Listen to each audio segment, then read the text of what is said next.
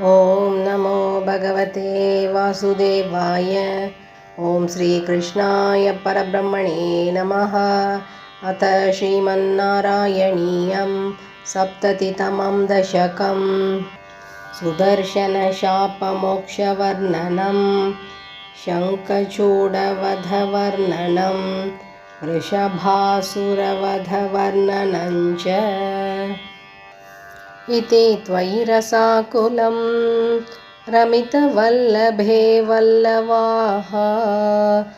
कदापि पुरमम्बिका कमितुरम्बिका कानने।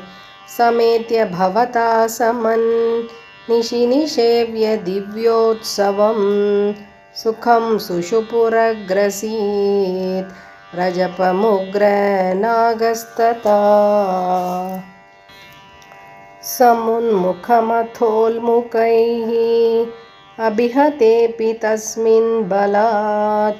अमुञ्चति भवत्पते न्यपति पाहि पाहीति तैः। तदा खलु पदा भवान् समुपगम्य पस्पर्शतं। बभौ स च निजान्तनुं समुपसाद्य वैद्याधरीं। सुदर्शनतरप्रभो ननु सुदर्शनाख्योऽस्म्यहं। मुनीन् क्वचिदपाहसन् तैहमाव्यधुर्वाहसं।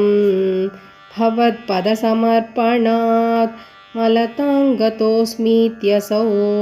स्तुवन्निजपतये ययौ व्रजपदं च गोपामुदा। कदापि खलु सीर्हिणा विहरति त्वयि स्त्रीजनैः। जहारधनदानुकः स किल शङ्खचूडो बलाः। अतिधृतमनुधृतस्त्वमथ मुक्तनारीचनं। रुरोजितशिरोमणि हलभृते च तस्या ददाः। दिनेषु च सुहृज्जनैः सह वनेषु लीलापरं।